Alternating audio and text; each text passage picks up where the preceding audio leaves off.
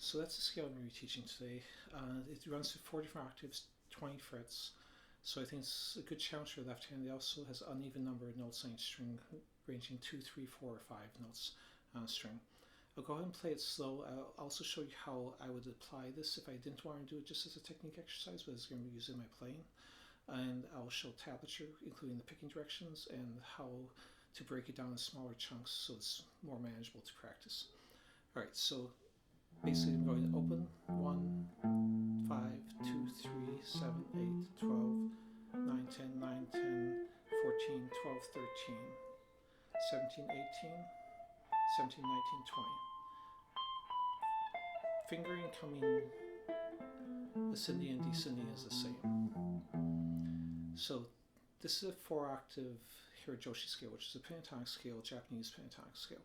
I created this fingering when I was doing the videos a couple months ago on Hirajoshi scale. If you want easier fingerings for that, I've got 2 videos with 14 fingerings on that. They're all easier than this.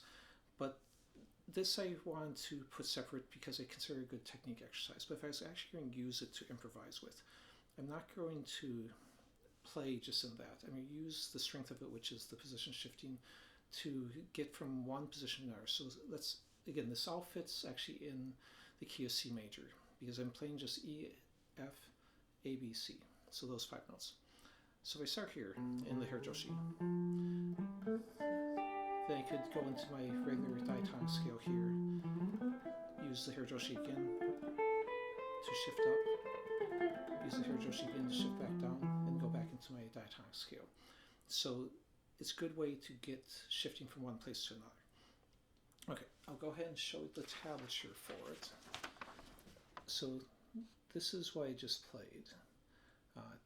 The picking is economy picking that I'm using. Part of why I wanted to include the picking on here was the way I'd recommend practicing this is break into each octave. This one has more notes at the end because I have the ascending and descending octave both in the same bracket. But this way, if you are breaking it down and playing just like the descending one over here, you can see what note you started with as far as a down or upstroke. That way when you put it back into the whole flow, you'll have the correct picking for it. So I'd play each one of these first, just separately in one direction. Get comfortable with each one. Then what I'd do is start piecing them together. So take a couple notes from the one you came from, and then go into the one you're going into. So you're going, so doing a little bit more in one octave. Then the same thing, and a couple extra notes. That way you get the transitions from one position to another. If you just play the octaves by yourself, you don't get those transitions practiced. Of course, go both directions, but by isolating this, you can really work the parts that are more difficult for you. You're probably going to find these ones that have the shifts in them being more difficult than the ones that don't shift. If you notice, even though this octave and this one are the same, I'm using different fingers. That's because I'm reaching for a pinky, so I line up my first finger for the next note. Then when I'm down here, I'm reaching with my third finger, so I can line up my first finger for what's coming up next.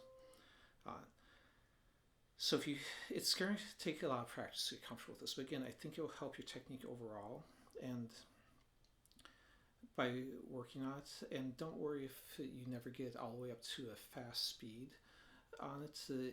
If it gets easier, even if it's at a super slow speed, you're still improving your technique, because as it gets easier, it means you're getting better with it, and then you can apply that technique to other things even if you don't use a scale.